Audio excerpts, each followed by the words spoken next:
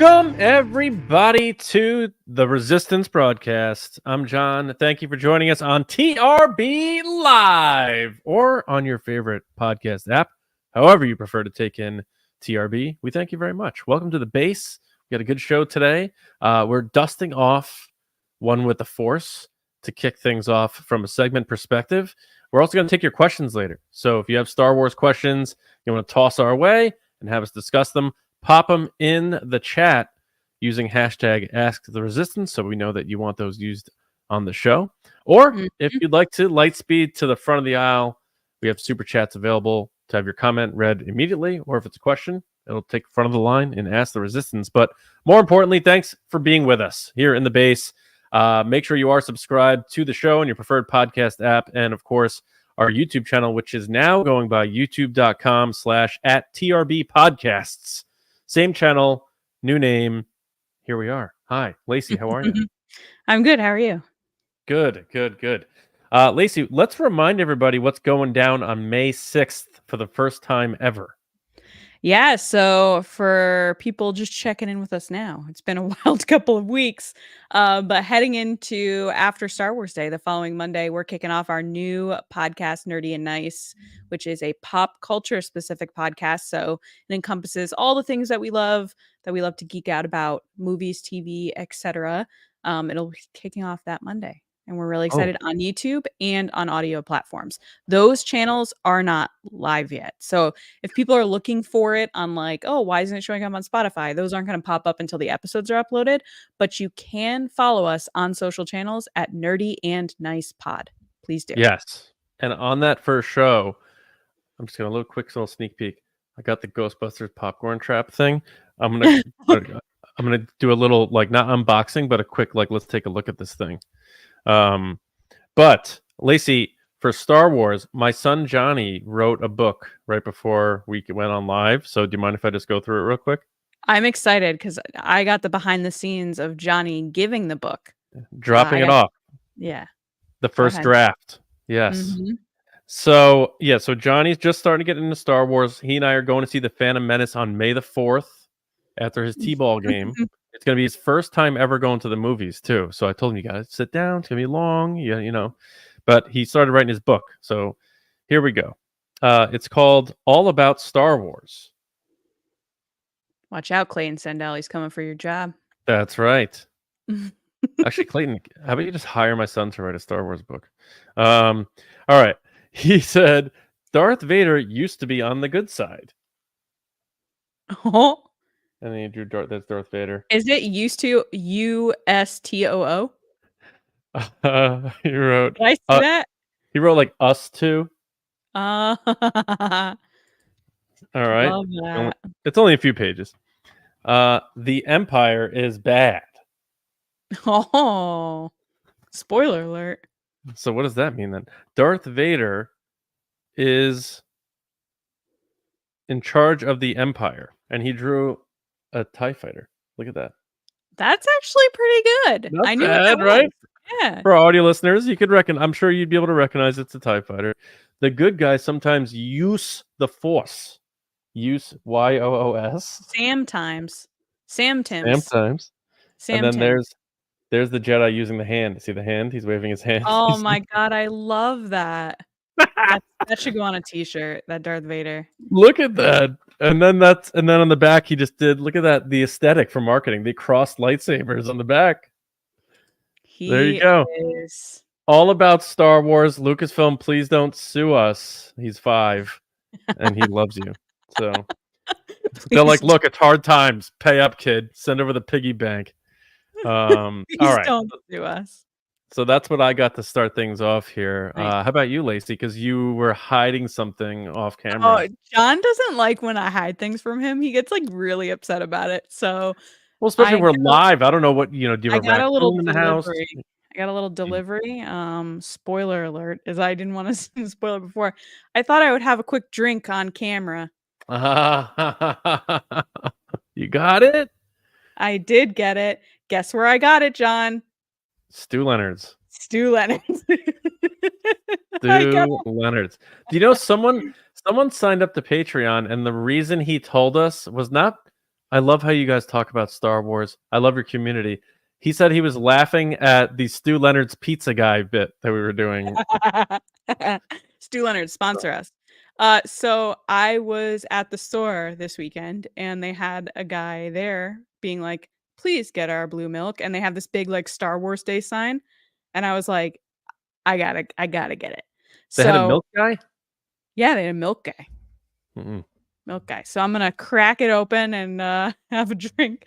Hopefully I don't throw up on camera. Is it milk or is it like the coconut, whatever it is at Galaxy's Edge? So it is inspired by Star Wars Galaxy's Edge. Blue milk. Pour the power of protein. I don't know how I feel about that marketing. That sounds perverse. Pour the power of protein. Blue colored vanilla low fat milk with other natural flavors. And then it has a little scan thing that says scan for trivia. All right. So this is straight from a. Is this actually squoze from the teat of a bantha? I don't know. How many calories is this before I dig into this thing? So this is per serving, 1 glass size. 1 cup is 150 calories, and it is 23 grams of sugar. Oh. Which is as much as a soda. If anybody's wondering, 23 grams is pretty much soda. 8 grams of protein, but still 23 grams of sugar. Ingredients: milk, sugar, guar gum, blue 1, red 40, vitamin A, vitamin D, and water. So it's milk. Okay. All right. Yeah. Learn more at StarWarsCheck.com. I don't know what that is, but I just plugged it, whatever it was. And it has the Lucasfilm logo on the back. All right, so let's take a drink. So this is True Moo's Blue Milk. Mm-hmm.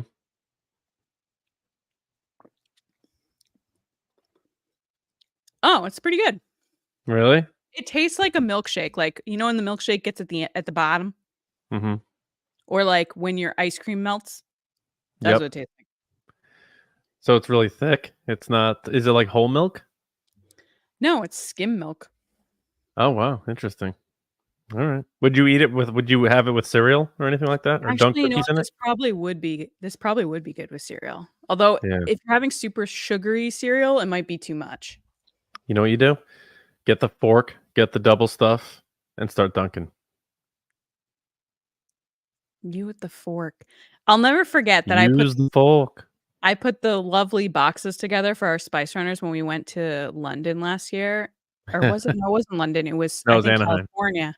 Yeah. And I put in the box and I said to these guys that I was like, we got to put something in there that's personal to us. So I think I put pretzels in for me. And John was like, I want Oreos with a fork. So like I went to Target and bought forks and then like tied them on the Oreos with like a bow, like making it all nice. And people literally said like, I had no idea why the fork was in the box. And I explained it. And then they were like, oh. Well, so if you want a full dunk and you don't want your fingers full of milk, or you're like, who knows where your fingers, you're working all day, you're outside, you don't want like to gross up your milk. You put the fork, slide it in where the cream is, dunk away, and you got a nice clean full dunk. There you go. Yeah, everyone's saying good stuff. Darth Snips, happy birthday, Darth Snips. She said coffee, add coffee. Good point. I'm gonna do that tomorrow morning. It's probably gonna look disgusting because it's blue and brown, but happy birthday, Darth Snips. Have a wonderful evening. People are asking like, what flavors does it have? Does it have any fruit flavors? It doesn't. It tastes like straight vanilla. Like if you had a vanilla ice cream and it melted, like the bottom of the bowl is what it tastes like, or like a milkshake that's gotten too milky, not as much ice cream anymore. That's what it tastes like. All right. Now there's one other thing we have to get to here.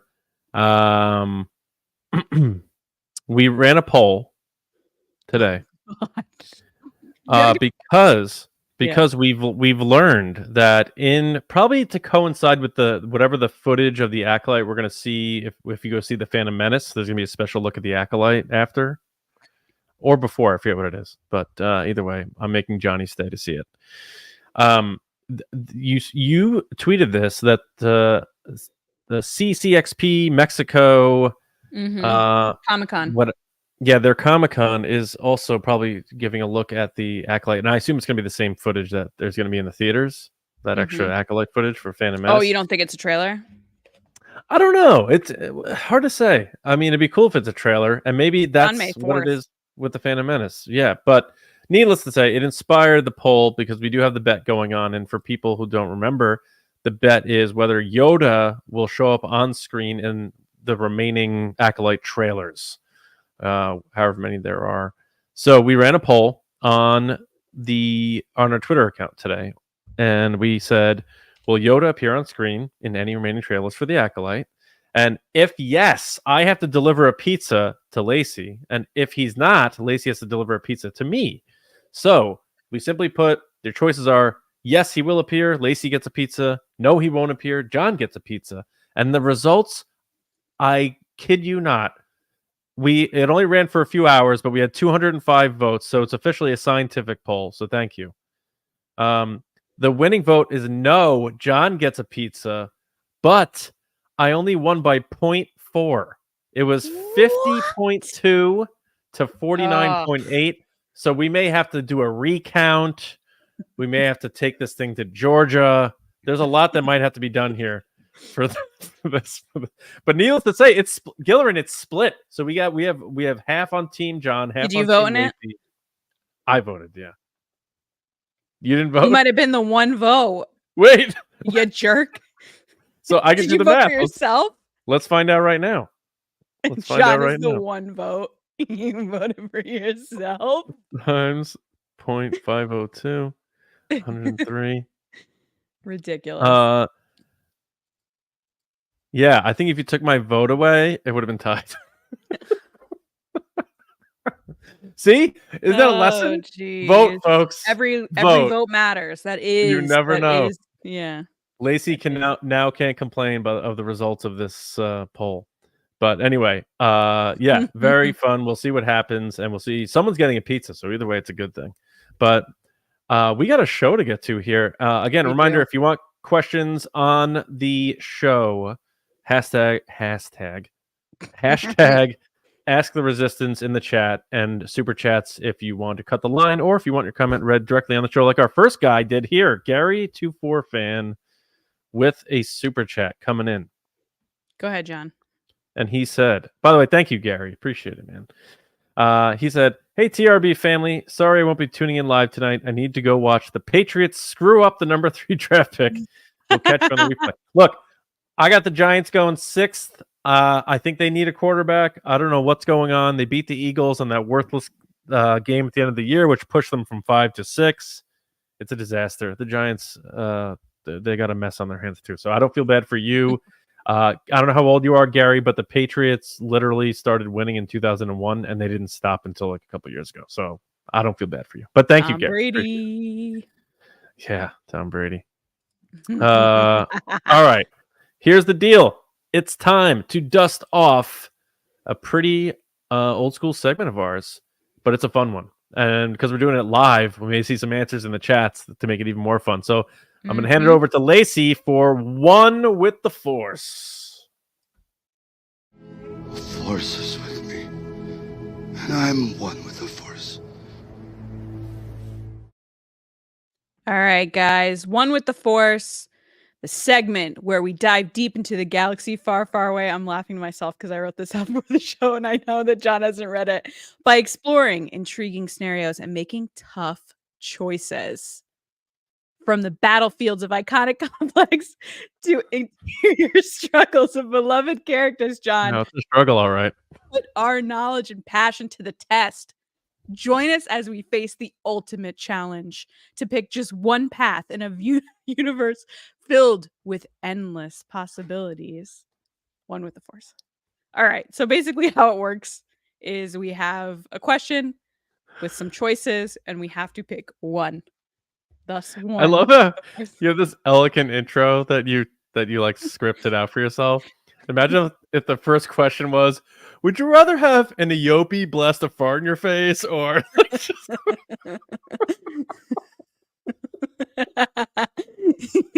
I'm trying to give some explanation because I feel like sometimes, you know, I understand that people listen to the show all the time, which I'm so sorry. But I like to think that sometimes people need a little bit of a refresher of what the show is all about. So I wanted to express my thoughts on this awesome segment, One with the Can I also Force. tell you something last night What? that I did last night? What did you do? I'm crying laughing because just like the term like getting blasted by a fart is just so funny. I'm very immature and I'm well aware. So last You night say that a lot, actually. Blasted when describing farts. You always do. so last night it was late. I was feeling nice. I was feeling a little toasty. Was feeling good, and I bid on old toys. I bid on What is set of going old. on at late at night? You just told a story on Patreon how you were like, I was feeling good the other night, so I decided Sometimes you pop an edible. You get a little cozy. You get a little nice. Turn on the TV, and away you go. Nothing scandalous. All good. So I was like looking on eBay, and I was looking at. I always look up these old toys I used to have that they re-released that my mom got rid of when I got older. She gave them to cousins or whatever. So I was looking at this batch full of Ghostbusters toys and 1989 Batman toys, and this is stuff we'll talk about on Nerdy and Nice also. But I like outbid these people, and now I'm the highest bidder, and now I'm like, I don't know if I want to spend this money on this stuff. So I'm hoping these people outbid me again. You can retract a bid. I know, but I feel bad. I still have a couple days, so we'll see how it goes. I think I'm still going to get outbid, but anyway, late night eBay. The reason I was looking around, by the way, is not because I wasn't talking to you. It's because I have a original Slimer figure. Oh, that was my older sister's, who's 5 years older than me. And Daisy was playing with it before, and it was right here. So I was looking because I was going to pick it up and show you on camera, but I don't know what she did with it. He came with a pizza, I think, if that's the one I remember. It's the green one that he's like, yeah, that's a good one. Yeah, I have that one. Right, I also have Stay Puft somewhere. I don't know where he is. He's somewhere too. All right. So back to One with the Force. Yes. The question is, in your opinion, what is the best Star Wars movie title from each saga trilogy? Prequel, original, sequel. John, we're starting with you. Do we go like my prequel pick, your prequel pick, or do you want all three of mine? Whatever you want, John. Your choice.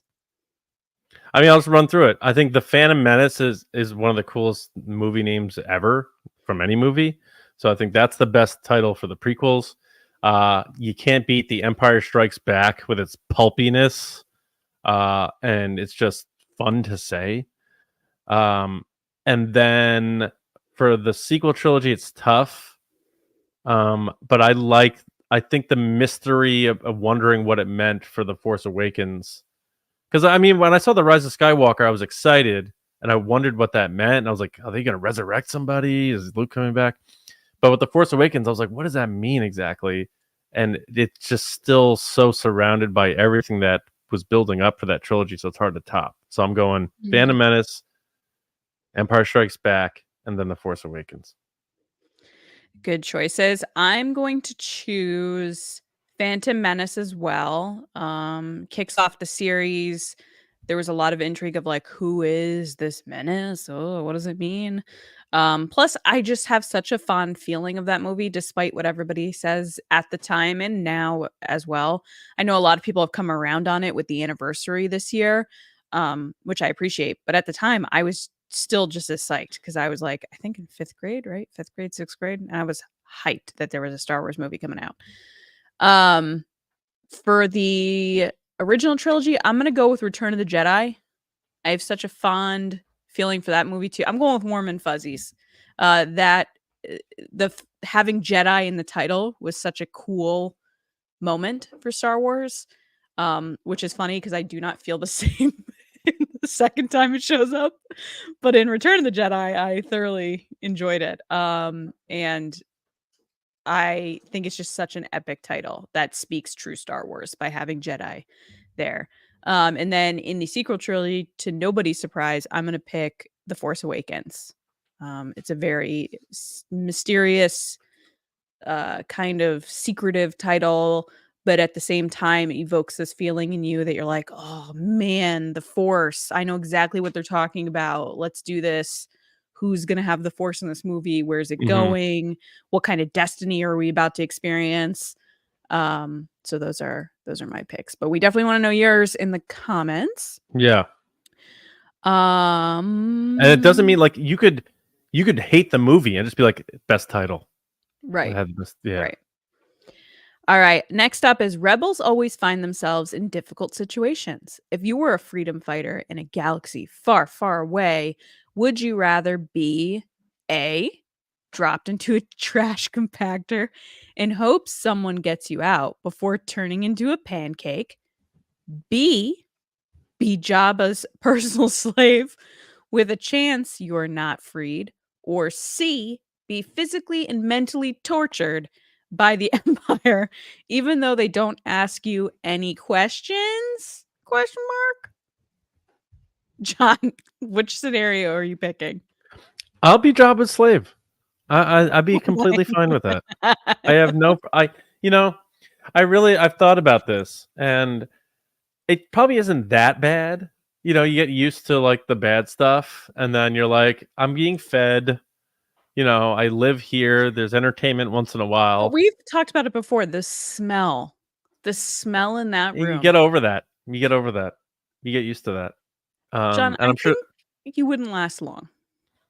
And I think there's outside time too. They let you go outside once in a while to stay in shape. No, stay in shape. So I look good in the bikini. You know what I mean? So I think being Jabba's slave is the correct answer. I don't like the 1 in a million chance that Luke, Han, and Leia got out of that trash compactor just because he picked up the comm and R2 got him out. I bet most times if people fall in those things, game over. It's over. You're done. Captain Phasma be damned. And then the torturing, the physical and mental torture, I don't know if I recover from that.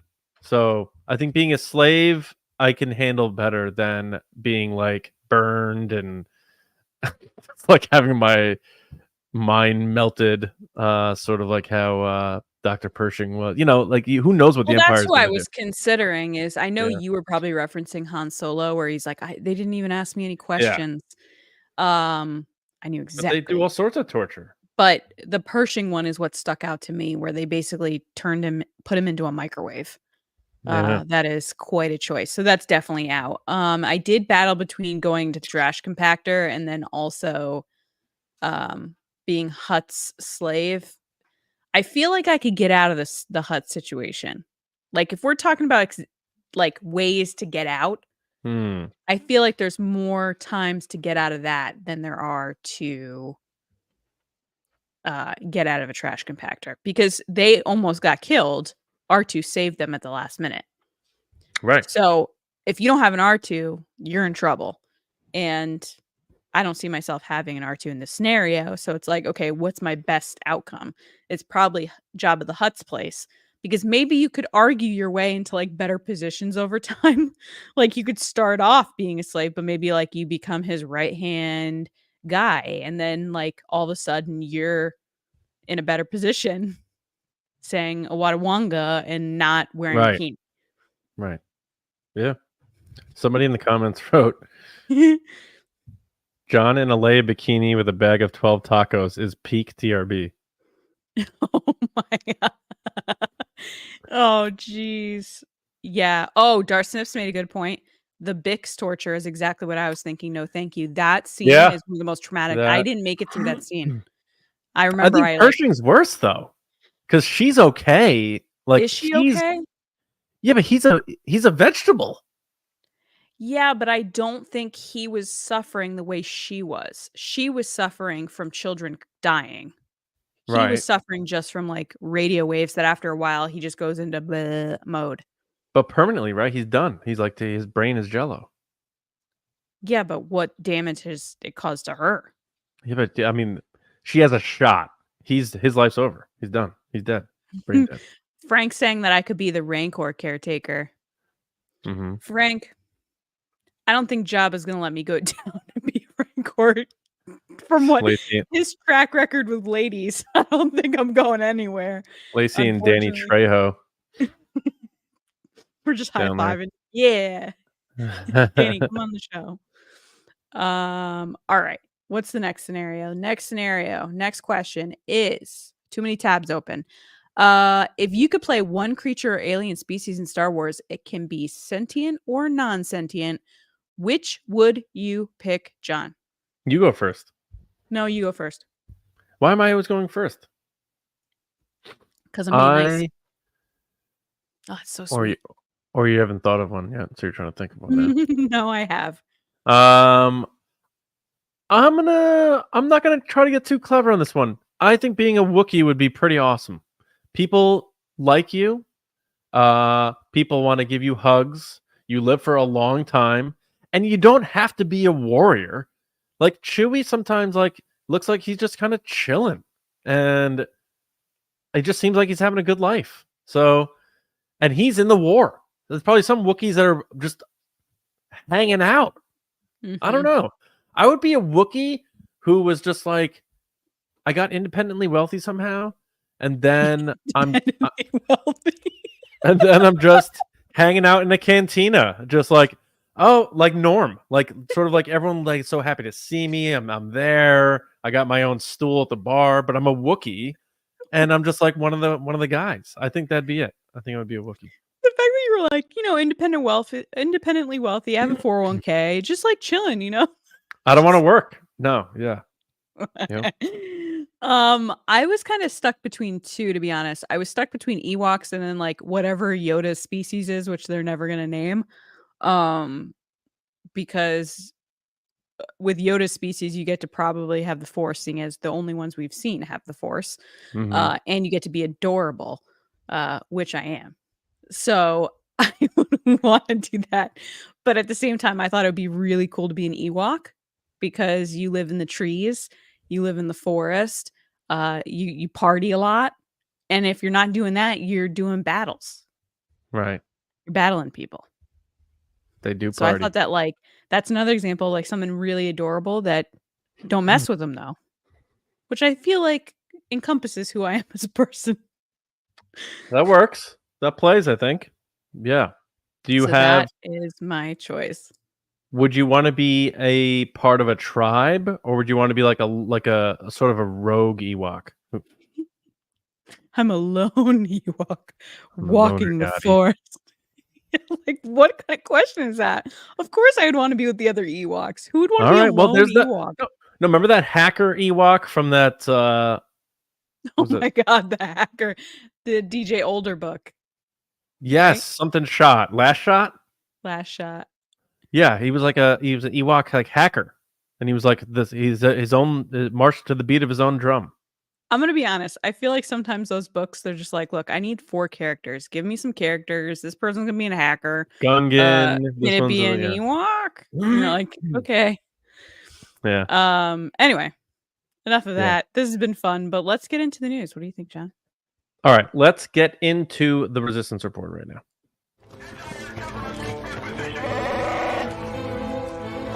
It's the Resistance.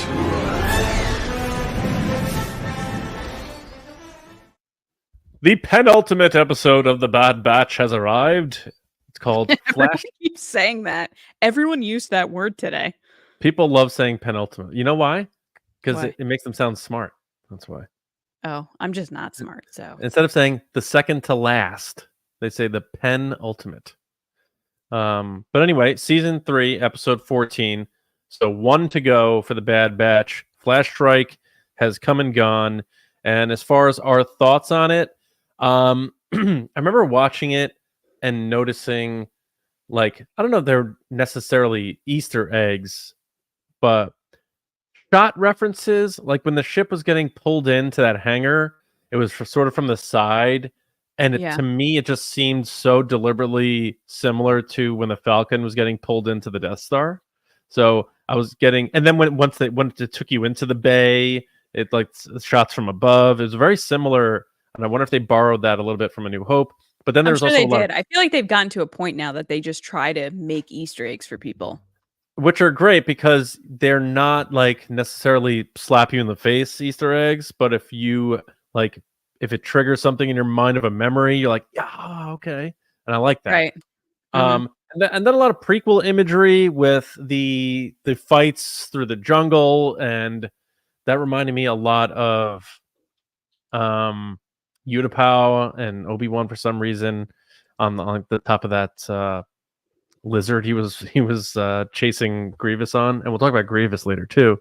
But then also like some Rogue One vibes with some of the music and some of the darkness. So it's like they're covering all these eras to wrap up the Bad Batch. But then the Zillo Beast appears and Omega uncovers that. But I think what this episode did for me, and James is still finishing up the Bad Batch stuff, so he's doing full reviews for this episode and the finale on the YouTube channel exclusively. But for me, I don't know that this episode necessarily moved the story forward as much as it did what it needed to do for some of the relationships of the characters, specifically Echo and Emery at the end there, and him saying like, you're a clone too. How could you do this? And she's saying like, oh, I want to help. Let me help you. And I think Lacey does she have a chip in her brain? Yeah, that's the thing. So I think with one episode to go, I don't think there's any more room for like another twist or betrayal. So I do think she's genuinely going to help him and help, the Bad Batch. And yeah, I don't know if she is. I think she is. That's a lot for them to do in the final episode, for them to, take care of story arcs of these ancillary characters if they're going to use the final episode to like do a betrayal, and then they really need to tie this stuff up if this is the last episode. So I think everything we're seeing is going to be played out in that linear way. So she's going to help him. Omega's going to help the kids get out. And you see her saying, like, I trust you guys to do what you need to do when the time comes. So she's like being this little leader now, which I like. And then the Bad Batch, doing their things together. And you see Crosshair just earning more and more trust from Hunter. So overall, I think this was more of a character episode than moving the story forward. And seeing the Zillo Beast was pretty cool. I didn't know that was what it was at the very beginning when I first saw it. But overall, fun. I'm just really curious to see how they're going to end it. That's what it all comes down to. Who's making it out? How they putting a bow on this story, and will it show any inklings of what's to come? But overall, well done with the music, how it's shot. These Star Wars animated shows are getting better and better in terms of how they're presented. And Dave Filoni took that from Lucas, and they've even, I think, gone further with it, which is very curious to see what they're going to do next after Bad Batch. So, but what are your thoughts? I know you haven't watched all the Bad Batch and all that stuff, but I know you are catching up to close it out. Yeah, I think it's interesting how continually with the animation side of things, they try to fill in the blanks of the movies very well. And this one obviously going into the whole Palpatine angle that we see in the sequel trilogy, which I appreciate because I was definitely whiplashed with that when it came out. With the Rise of Skywalker, you're like, how did this happen? Because they don't really explain it. I think the big question everybody, including myself, have is like, who is going to die in this next episode? Who's going to continue on? Is Rex going to show up? I know a lot of people have been asking that question. Yeah, I don't know. I'm going to feel bad for all the people that love the Bad Batch to see either they all die, one dies, two die. What's going to happen? Yeah, my hope is that they all make it out because Tech has already died. I don't think he's coming back unless they go full happy ending and all of a sudden and have him show up somehow. Yeah. Yeah. Oh my God, that would be great. I don't know if I would like it because then it's cheapening, the death moment, and I feel like Star Wars is maybe resurrecting too many people. But anyway, really gone, John. I know, and that's the quote they use. But overall, I think it all comes down to how they end it. How do they land this plane, depending on which will decide the legacy of this show. But cheers to everyone involved in making it. One to go, and then we see. Yeah, who knows what the future of Star Wars animation is? Because as Filoni distances himself more, is this the team that's going to take it over? Is there going to be a new Filoni? It'll be interesting to see what the future of Star Wars animation. But I think it's Tales of the Empire, right? Which is coming out next weekend. Tales of the Empire, which Filoni's still involved with that stuff. And you know what's funny? I didn't know that this was the thing. I thought at first it was just something called Tales of the Jedi, and then they're like, oh, let's do another. But I saw somewhere, and it might even have been Wikipedia, so take it for what it is. But it's called Star Wars Tales, and now it's this anthology thing. It's going to be Tales of this, Tales of this, Tales of this. So it may even branch out way beyond this. Maybe Tales of Pod Racers, Tales of Smugglers, Tales of creatures. Yeah. So, and the first batch was really good. So now that we've talked about it, let's skip over we'll do the Acolyte story next. Let's talk about the Tales of the Empire clip. Now that features Morgan Elsbeth, and the return of General Grievous in a nice little battle sequence. And I assume it's Matthew Wood still doing all the Grievous stuff. It sounds just like it did 20 years ago. What do you think of this little clip from Tales of the Empire with Morgan Elsbeth and General Grievous back in action? The animation looks incredible. This show looks so good. And I know all the animation looks good, but like, I don't know, this one just the movements of Grievous are just so cool. Morgan Elsbeth's getting all the time for Star Wars. It's like her moment right now. Ahsoka's out, Elsbeth's in. Yeah. That's really cool. Yeah, I think they do a good job in working in this lightsaber weapon battle, but we'll see where the whole story goes.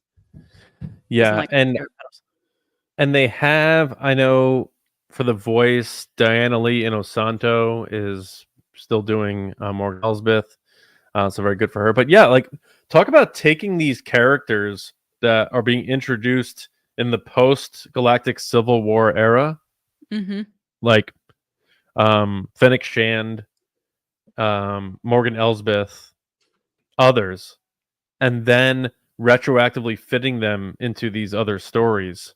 Obviously, if she's around battling General Grievous, we're talking Revenge of the Sith time, right? So, and then we saw in the Bad Batch we have Fennec Shand, and it's very cool how it's like, yeah, you're just meeting them as the audience for the first time here, but check out how they also fit in. And of course, it wasn't the plan, but it's cool to say, like, well, we needed a bounty hunter in this story. Why not use Fennec Shand? We needed the witches for this. Let's bring Morgan Elsbeth in here. So pretty cool. And people were, for whatever reason, doubting that was her in that clip. But I believe Diana herself quote tweeted it and saying, like, can you believe I said this line and stuff? So it's definitely her character with some like facial dressings on. Doesn't mean they have to be permanent or anything. So I agree, Lacey. It looks good. I like the color palette that they're using. It's dark, but there's like a lot of greens the logo's still the coolest part for me. The reveal at the end where it like burns to enter. Yes, I like that too. Yeah, and I assume that's Matthew Wood doing the Grievous stuff, which is always great. So very cool there. And that comes out May the 4th, and it should be all 6 of them. So that'll be a nice fun thing to breeze through and chat about. Yeah, for sure. In addition to whatever else comes out on May the 4th, which could be, we talked about the Acolyte, Lacey, and that brings us to our next story.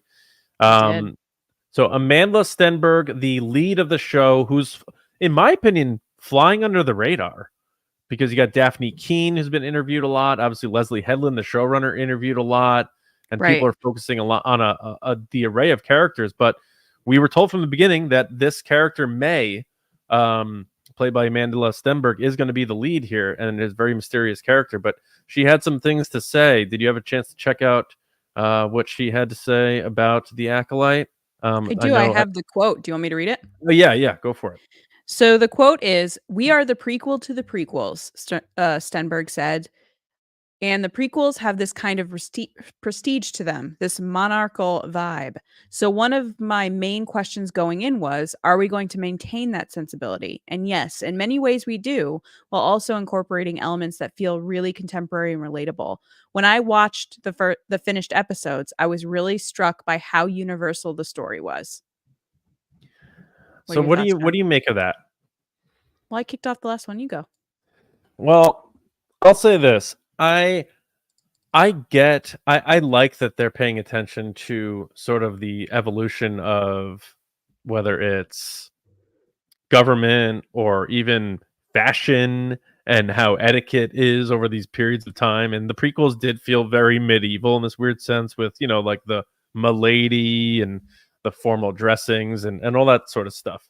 Lucas loved doing that sort of stuff, which was cool. At the time, I remember thinking it was weird, but now I kind of like it, and it's just that's what happens. But I don't know what she means. I get what she means saying we're the prequel to the prequels, obviously for the timeline's sake, but saying that, you know, the prequels had this prestige to them, which they did, and Lucas definitely wanted the prequels to feel more shiny and established and less post-war like the original trilogy. But when she says contemporary, I wonder what she means. The only thing that concerns me a little bit is I hope there's not like too many 2024 like colloquialisms, you know what I'm talking about, like phrasings and things that may sap me out of the story, like if they say vibes.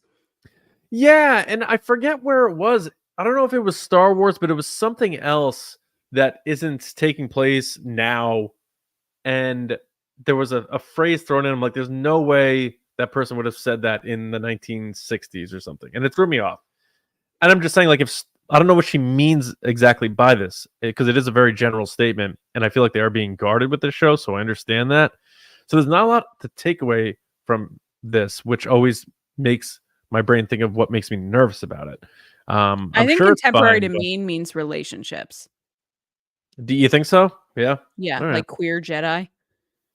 I think that's what she means by that. That's how I took it anyway, because in the story of Star Wars, first of all, Jedi aren't allowed to have relationships like that. Second of all, like Anakin was with Padme, there wasn't that much representation in those movies. So I could see her meaning that from contemporary and relatable. And this, I mean, this comes from, who was this? This was Games Radar, but via Total Film. And they also have, they released an exclusive image from the series. So let's take a look at that. So for people watching on YouTube and for our audio listeners, we have two members of the cast. We have Lee Jung-jae as Sol, who's the Jedi Master. And then we have Charlie Barnett, who Leslie Headland brought in from his work with her on Russian Doll, and he's playing Jord Vander. So Jord Vander is a by-the-book Jedi and a guardian of the temple, but it was teased that he actually may not be as talented as some of the Padawans, like Daphne Keen's character, Jackie Lon. And then you have Jedi Master Sol, who's like, I guess, the elder statesman of this cast as far as the Jedi goes. And remember, Lacey, Daphne Keen saying she spent a lot of time doing lightsaber work with both of these guys.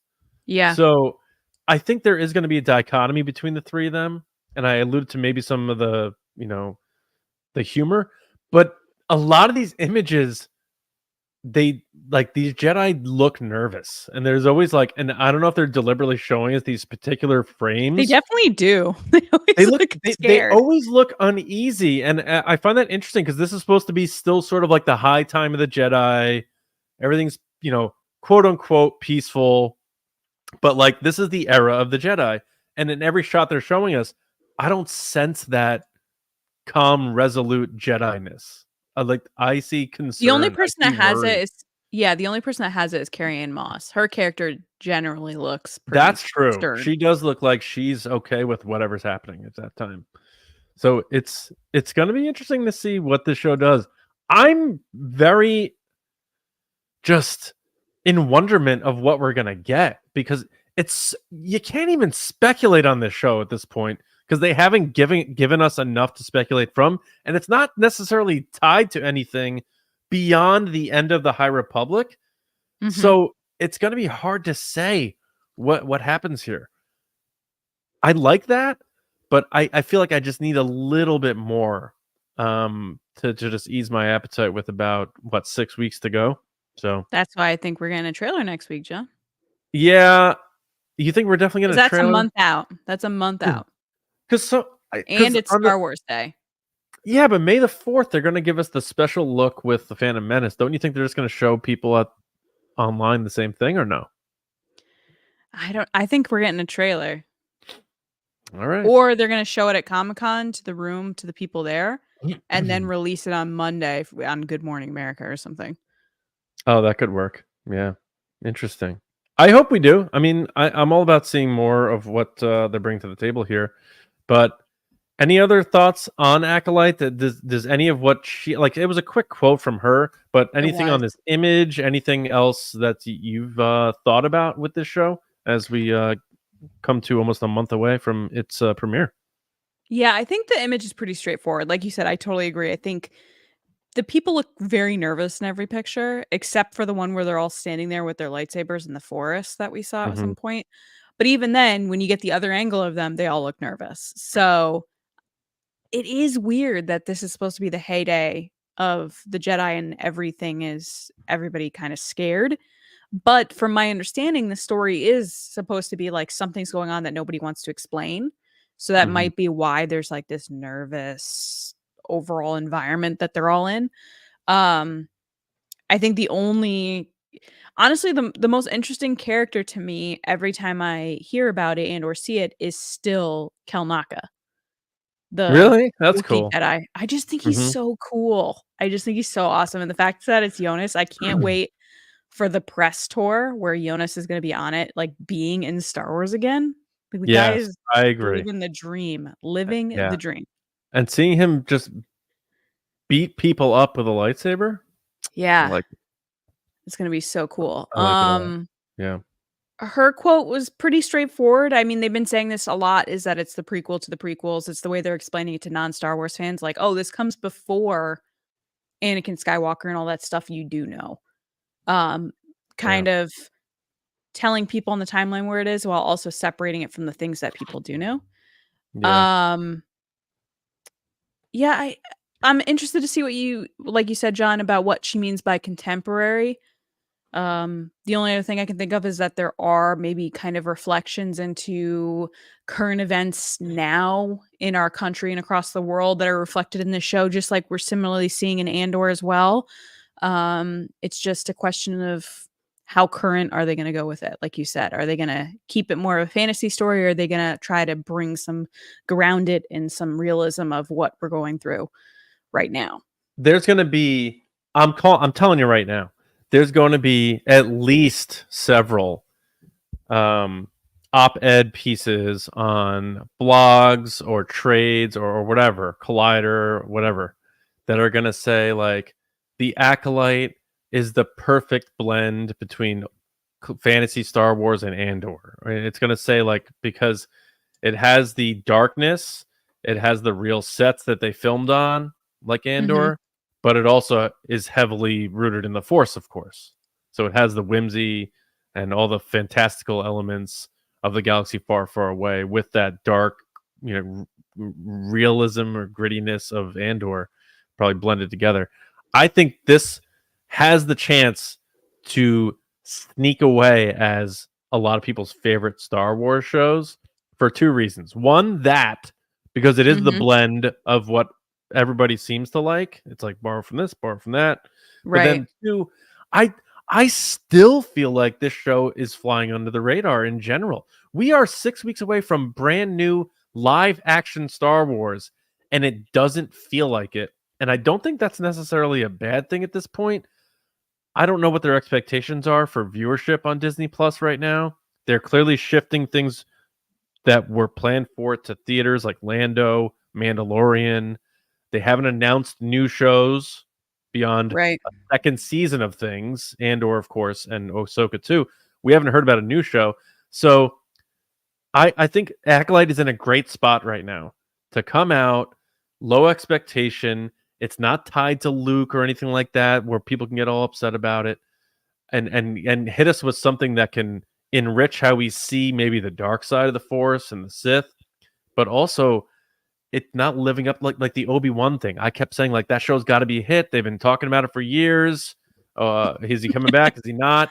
Yeah. And I don't think it lived up to that hype. And it didn't. Are we at fault for the hype? Partially, but not really, because it's freaking Obi-Wan Kenobi and it's Ewan McGregor. Like they needed to crush that, and they cut some corners in that show. As much as I love it, and as much as I love Star Wars, they did. and it's okay.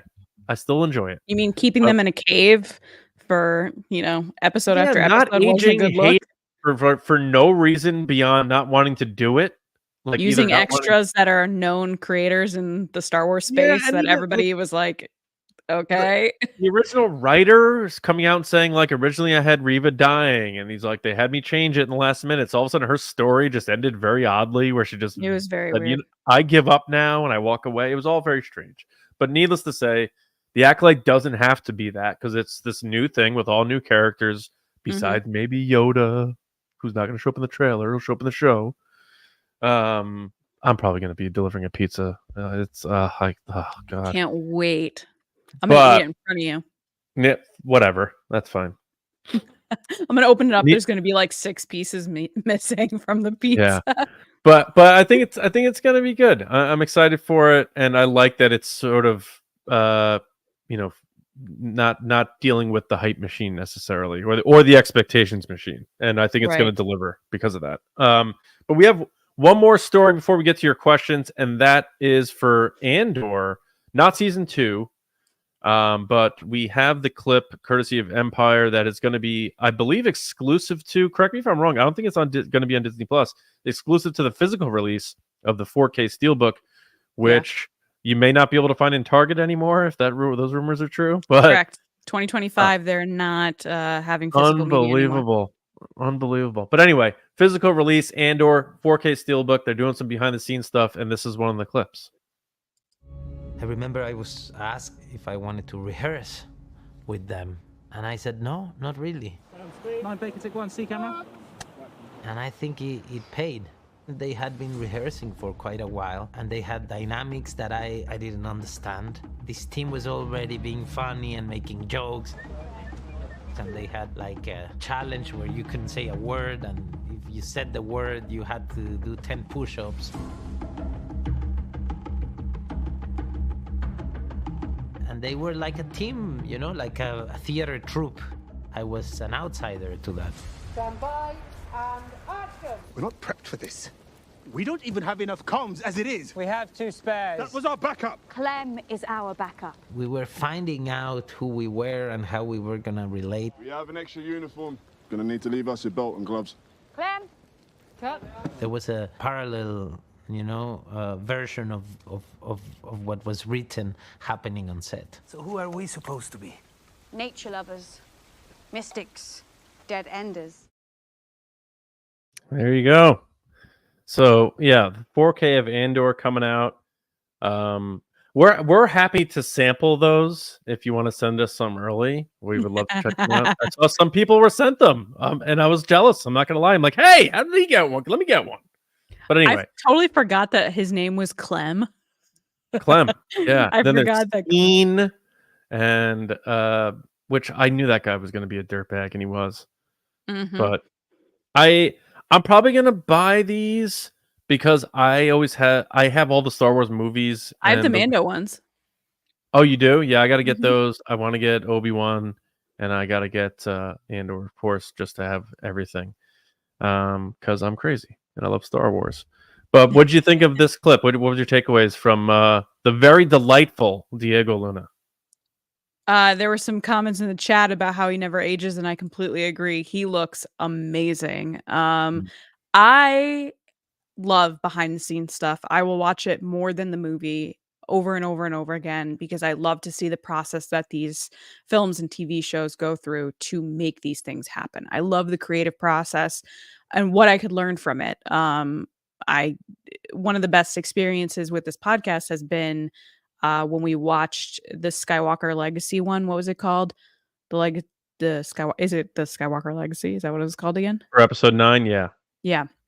When we watched that in its entirety, and then we got to talk to Eunice Huthart about it, the stunt coordinator for the Rise of Skywalker. Oh, love her. That to me was one of the pinnacle moments for me on this podcast because I got to watch this behind the scenes thing and then talk about someone about their experiences of being in those scenarios. And this is exactly the same. I would love to talk to any of these people about this process. And it's so interesting to hear Diego Luna talk about, they were like, oh, do you want to rehearse with these people? And he's like, no, I want the genuine experience of them not knowing me, of me coming into their little group and them, feeding off that energy. And it was really interesting to listen to because I didn't take him for someone that would do things like that. Right.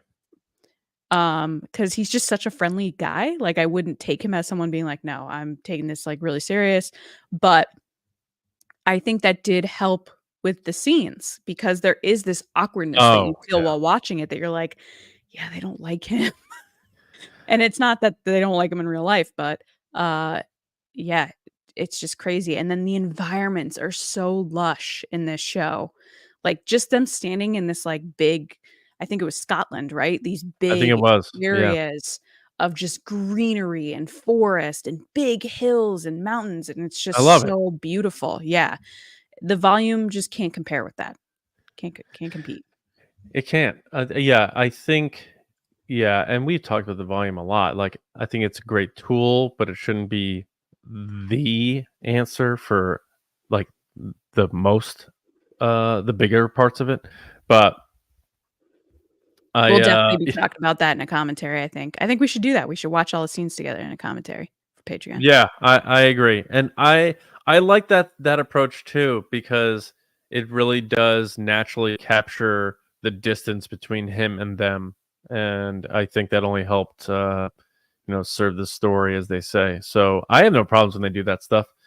I'm sure once they wrapped, there was a wrap party and everyone had a good time. It wasn't just all that way, but going into it to have them feeling like their own theater group, as he put it, and then him being this outsider was, as he put, a parallel. And I think Andor specifically, their aim is this sort of, artistic approach to Star Wars and the craft and all that stuff. And that just fits right in with all that. The method acting, or, whatever you want to call it, making life imitating art, or vice versa. So it's a cool clip. I eat up the behind the scenes stuff too. You know that. Whenever anyone asks to the disappointment of people like Christian Morales, what's your favorite Star Wars book? I always say, The Making of the Empire Strikes Back by J.W. Rinsler. The reference books are my Star Wars books. And people love the canon stuff. I don't as much, but I love this stuff, and behind the scenes documentaries are great too. So it'd be interesting. Des Smith in the chat is saying he's planning to hike up the Aldani Imperial Stronghold. It's about 90 minutes drive from me. That's awesome. Yeah. Are you going to see the Eye? What was it called? The Eye of Aldani? Was that? Yeah, Eye of Aldani. Yep. Yeah. Check that out. Even though. All right. Good luck if you're actually doing that. Is that safe? I don't know if that's safe. Be safe. I think so. I think it's just a dam. I think it's just a water dam. Well, damn. All right. Yeah. So that's it for Resistance Report. So, Lacey, why don't we get to our final segment of the day called Ask the Resistance? I've been wondering, what are midichlorians? All right, Gilleran. You, me. What do you want to do here? You go. But do you want to start with the super chats? Let's do the super chats. Okay, first up we have David Ford. What up, man? Thanks for super chat. He said watching Spider-Man 2 at AMC 20 after seeing Civil War for the 4th time at the AMC 12. Kirsten Dunst double feature part 2. Ugh. David Ford, you are in for it. John goes on quite the Kirsten Dunst rant on Patreon, so buckle up. But that's awesome. I love Spider-Man. Behind the safe walls of Patreon. Tobey Maguire is my favorite Spider-Man. Ooh. He is my favorite. I don't know if I have a favorite Spider-Man. I'm not a big Spider-Man fan. Spider-Man's my favorite superhero. I love Spider-Man. I had such a crush on Tobey Maguire when that movie came out. He was like the love of my life. Oh. Yeah. Right. But thank you, David.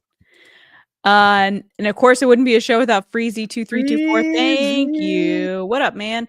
He said, sup, TRB. If you could watch a Star Wars movie again for the first time, which would it be? For me, it would be The Empire followed by Return of the Jedi. John, I'm going to kick it to you. I was going to say, push makes sense. Watch a Star Wars movie again for the first time. Which would it be?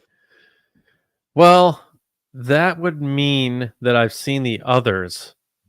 So I think Solo. I watched Solo again for the first time. Oh, Solo would be a blast to watch again. Yeah. And then just don't tell me that there was ever a plan for a sequel. Like, I don't want to know anything that happened with Solo. So just say, hey, John, they made a young Solo movie and they're only doing one. And I'll be like, oh, great. And then I'll watch it and not be sad. I think the entire fandom, if we all got Men in Blacked and they erased our minds to all the production stuff and all the drama that surrounds Solo and everybody rewatched it, it would do very differently in the movie today. I agree. I'm gonna go Solo too. I think that movie was a blast.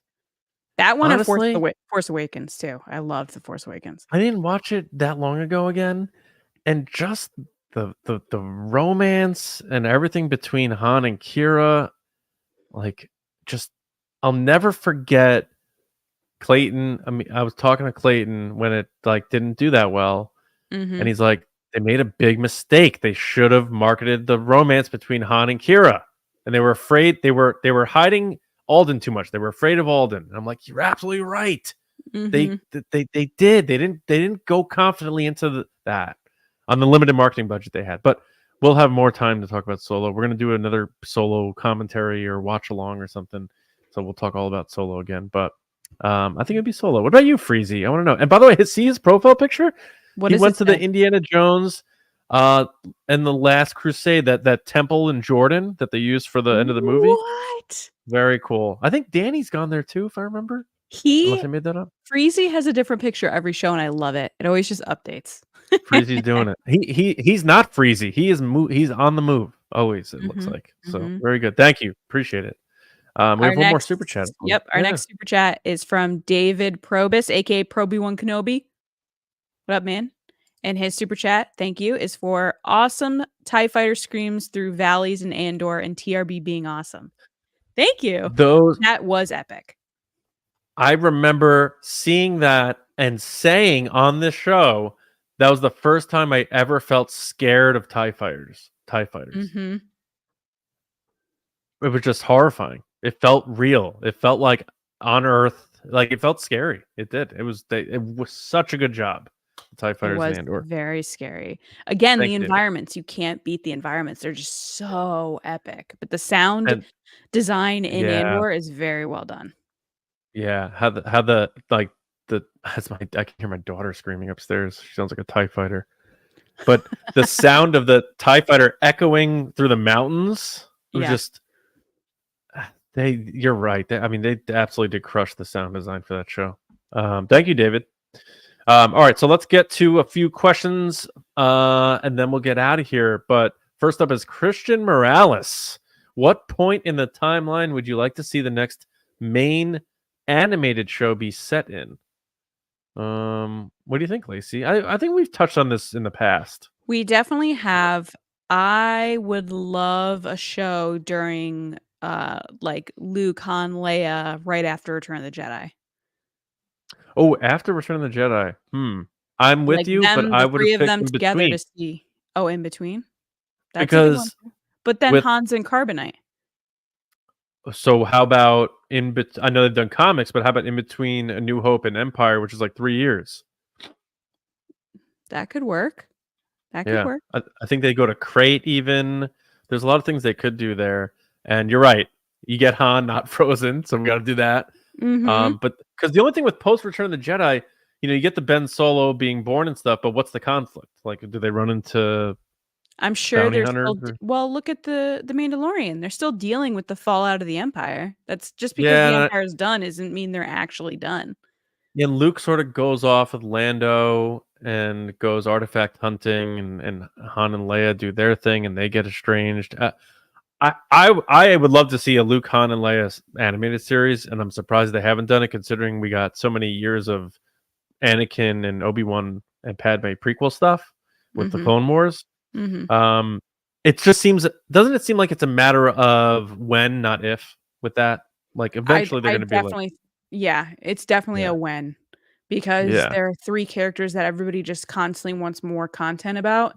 that the easiest way to do it would be an animated film, because obviously we can't have a show with Harrison Ford, Yeah. Carrie Fisher, and Mark Hamill in it.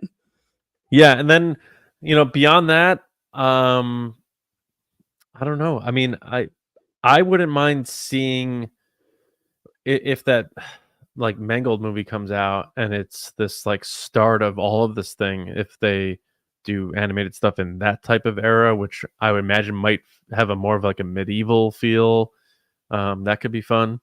But yeah, I mean, there's plenty that I'm more interested in who's going to be running Star Wars animation now that Filoni is like really pretty much detached from it. Who's Yeah, going to they be the new haven't been Filoni? very transparent about that transition of Dave Filoni. They might still be working on it. Yeah, they may have shows already almost done because these things take years to do. Mm-hmm. Maybe next year at Celebration we get the announcement on what the future of animation is.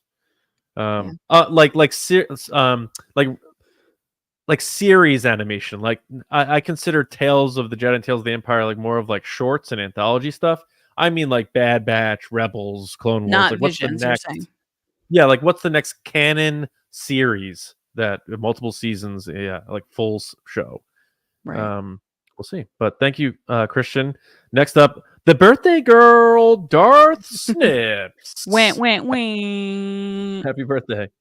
And she asked, do you think we will see how Morgan Elsbeth connects with Balin in Tales of the Empire? Oh. Ooh. What do you think, Lacey?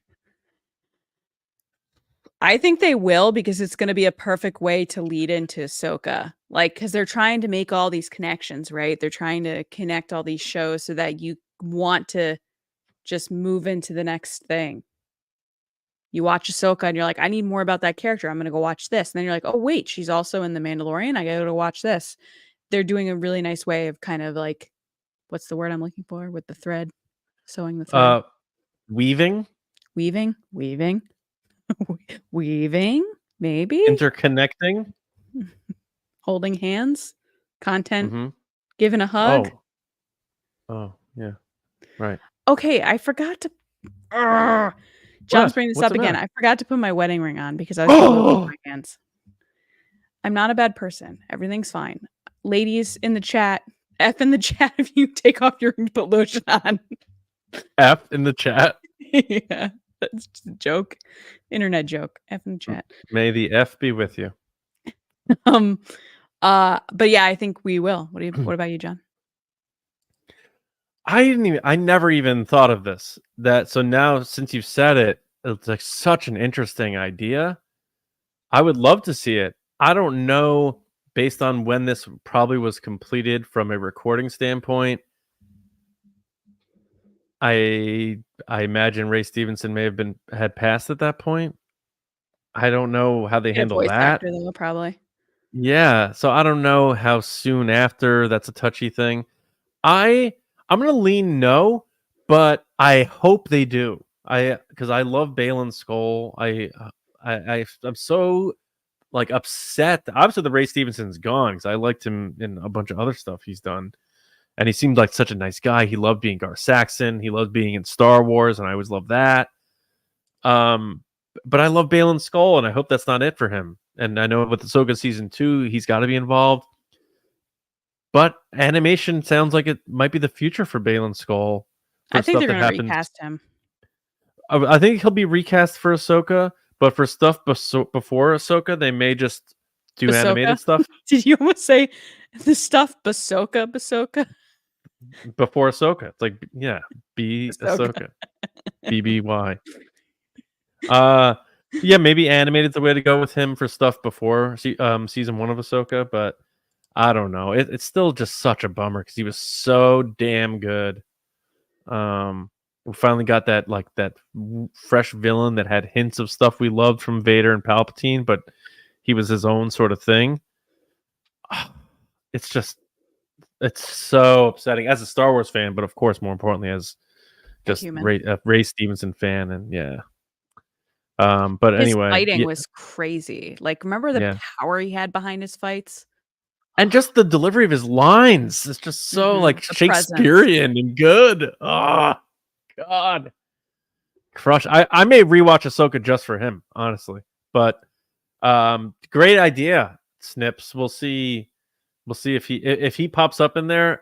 I'm gonna go right to you and be like, thank you for making me think about that, because what a cool, fun thing that will be to see. But I don't know. Yep. All right, Lacey, we got one more, right? We do. John Mitchell chiming in. Thank you, John. John said, do you think 2026 will be an historic year to be a Star Wars fan, since we are getting 2 movies and possibly Ahsoka season 2? Look, if we get 2 Star Wars movies in 1 year, that is historic in itself, regardless of anything else. So, Lacey, historic year for Star Wars regardless, or do you think we got to have those 2 movies be big hits? Like, what do you... We have Celebration next year, but 2026 really is where people's eyes are for the next big Star Wars year. What are you looking at as far as the prospect of 2026 in the legacy of Star Wars? I think if they do the 2 movies, that's going to be crazy, especially because it's probably going to be May, December, which is bananas. I think if Ahsoka happens that year, or any other show that happens that year, that's going to be an overload of Star Wars content, and we're going to be very tired. Tired but happy, let's be honest. As for the Celebration stuff, I'm not really sure they're going to do a Celebration in 2026, because they're doing one next year, 2025, and they've said that they're trying... I've heard rumblings that they're trying to do the every other year thing, which would make like D23 on the off year, Star Wars Celebration on the on year. But I have a feeling, which is the 2027. Yeah, so they might skip 2026, honestly, and give everything to D23 and not do Celebration that year, and then hold it until 2027. Wow. Yeah. Which is supposed to have another Star Wars movie anyway. Right. That December. So it would be like a recap of what happened the year before, plus what's coming. Yeah, it's going to be bananas. It's going to be nuts. I wonder if that third movie is going to be that Filoni movie, and then you start wondering about Mangold, Taika, Sean Levy, because I think we haven't really talked about this. We'll talk about it on Nerdy and Nice, but I think I'd be shocked if Deadpool doesn't like crush. Deadpool's going to kill it. As soon as those tickets go on sale, good luck. Like, John, we're going to have to go, obviously, but good luck getting tickets to that on opening night. It's going to be nuts. Because I think this is like, I don't think this is a, hey, I'm back as Wolverine, and now we're going to start doing more movies. I think it was a one and done. I'm coming back. I think Ryan argued for it for the one movie, and Hugh was like, sure, I'll come back for it. And he's like 50, and Wolverine. He's 56 now, so he probably really had to push himself. And I saw some videos of him working out. He's got personal trainers and the diet and the steroids. I get all that. But he's still 56 years old getting in Wolverine shape. Like, that's dedication. That's a lot of work. And I don't know, like, he'd be 60. Probably they rolled around again. This is also, probably how many movies is Ryan going to do? Like, how many more Deadpool movies? The only thing I can see him doing is doing a crossover at some point with the other Marvel characters or Avengers or something to have Deadpool show up. Deadpool owns a soccer team. Sure. Yeah, that's what I'm saying, John. Have you seen that? I haven't watched much of that. The Wrexham thing that I haven't seen like videos of it, but I saw them do a birthday video. Okay. Where they like sang online to one of the people that the other guy that owns it. What's his name? From Always Sunny. Yes. Dan McElhaney. Yeah. Yeah. And the whole song is about his name. They're like, it's McElhaney. McElhaney. Yeah. Yeah. That's the joke. Yeah. But John, I think Rob McElhaney, sorry. Yeah. John Mitchell. Not this John Mitchell. I do think it's going to be a crazy year. But I don't think it's going to be as crazy as 2027, because that's 50 years. I know. Of Star Wars. And it's going to be, you're going to have May the 4th, 2027, Disneyland is going to be where it's at. Yeah. And you're going to be off the heels of 2 movies, the Mando movie, the Rey movie. Hope, both are good. People like them. When Star Wars movies are cooking, it just makes everything more exciting. So that's the hope. Because I think there is a shift happening, like we talked about before, back to movies. I don't think they're done with Disney Plus live action shows, but it's, unless they like shock us with announcements soon on May the 4th or something, beyond Andor 2 and Ahsoka 2, there's nothing else announced. So we'll see. Mhm. All right, so we have 2 more super chats to round out the day. There he is. Go ahead, John. Andrew Staley. I think there's a bunch of TRB people in Chicago because I know, talked I'm to so Jeremy. jealous. I love C2E2. He's there, Sue's there, and Andrew said, "Hi TRB, we're here in Chicago for C2E2. Hello from all of us." Hello, Andrew. Who else is there? Who else is in there, huh? I got Well, an empty Diana's glass there. I have an empty glass of water, Andrew. Drink a beer for me, please, and have a great time. She said gold leader standing by in Chi-Town. Woo! There. Oh, hey, spread the word about TRB and Nerdy and Nice for us, guys. But And get most ready, importantly, guys. Next week have a is good tickets for Celebration. Buckle up. buckle up, baby. Yeah. Thank you so much, Andrew, man. Have a great time. Tell everybody we said hi, and we'll see you soon. All right. We have one more super chat We do? from I already Diana. clicked for it. Oh, that was Yes, it. Okay. that was it. Thank Is you. that she said gold leader standing by in Chi-Town. Oh, she didn't have the. I see. She didn't have the comment in the super chat. Thank you, Diana. Appreciate it. Have a great time. Take care of Jeremy. Put him on a leash if you need to. But anyway, All I'm thinking of is the gif where he's like, unbelievable. I didn't even know that existed. Where'd that come from? me. I took a video of him. in Oh, did you? London. There's a lot of stuff that we hadn't released from celebrations that. Guys, people Celebration probably is a party just with us. But listen, folks, that takes us to the end of the show. So we want to thank everybody for listening and watching and being a part of TRB. Make sure you do. I was trying to say you do go. Make sure you go and follow, obviously, TRB podcasts on all your social media apps. And of course, the Resistance broadcast on your preferred podcast app and our YouTube channel, youtube.com/@TRB podcasts. Same channel, just switch the name on the URL. And Nerdy and Nice, Lacey, we are like 10 days away from the first episode of that show. I'm very excited. Anything else you want to say? They got to follow. The pod feed will hit on May 6th. They don't let us publish the feed until there's an episode. So May 6th, Which I that will come appreciate out. because then people can't Yeah. lock stuff up. But True. yeah, you can still follow us on social though at Nerdy and Nice Pod. Make sure to follow us there so you get all the updates and info about episodes and how you can get involved in the episodes when we ask questions and stuff. I'm super excited. It's something John and I have been working on diligently for like 2 weeks now, going into week 3, nonstop every day, chatting, late night work sessions. Like we're doing our best to make this a really solid, awesome show that's, you know, kind of similar to TRB, but its own special moment, special space, which is Yeah. very cool. And we just have so many ideas and plans, and it's John says this new era of TRB, and it's just the excitement of making everything fresh, you know, bringing new life into things while also paying respect and love to what was. Yeah. It's just, Yeah. it's cool. I'm super, super excited. Yeah. And it's I see it as it's a new era. It's us expanding because TRB is still here and it's always going to be here. Of course. Yeah. So we have TRB now. We're just adding a cousin that is like, hey, I'm nerdy. I'm nice. Let's do this thing. But also our Patreon, right now, it's still patreon.com/resistance broadcast. That URL may change, but the page stays the same. We are going to be adding content that has to do with the other show on there, as well as new TRB stuff. So stay tuned for updates.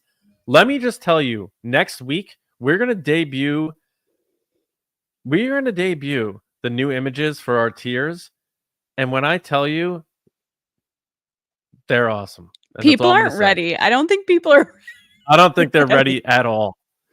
I think this is going to be something people are going to want on stickers and shirts and stuff. Like it's wild stuff. But needless to say, we're very excited about the Patreon too. So if you've been thinking about supporting us and you're like, whoa, so still getting weekly Star Wars, but they're going to talk about other stuff that us nerds like, time to join. Patreon.com/resistance broadcast. Tier start at $5. Hang on to the roof, folks. We're getting started. with this new era, and we're very excited. So thanks for being with us. The other thing, too, quickly, John, yeah, that I do want to say is if you are considering joining and are just kind of like, I don't know yet, I'm trying to feel it out, or you've never, joined a Patreon page before, we also have a free option that you can just follow the page and get a feel for what kind of updates we do.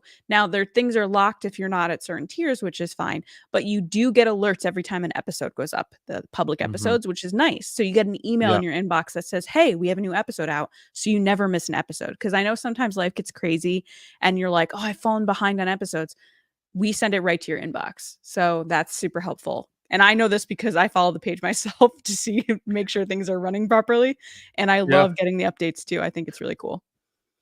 Yeah, no doubt about it. We're excited. There's more updates to come from us because we're still working on stuff. Nothing's laminated yet, but we do know that. I'm so hyped about those tiers though that you brought them up. I totally kind of forgot a little bit about them. Oh my God. They're so good. It's so fun. It's so exciting, and it's gonna really establish what we're aiming for with all this stuff. And just know you're getting TRB live again next week on your podcast app for this episode tomorrow morning, and of course next week on Friday morning. But then the debut of our new podcast, Nerdy and Nice, on May 6th, and we're just so excited. So thank you for coming along for the ride, whether you're new or been an OG for a long time, like the Melos out there. Thank you for being a part of TRB. I feel like we're just getting started in this new era, and we're very excited. With that said, a special thank you. Again, James finishing out the Bad Batch stuff. He has one more he's putting out for the finale. So next Wednesday, check out the Bad Batch reaction show as James wraps up his content for us here at TRB.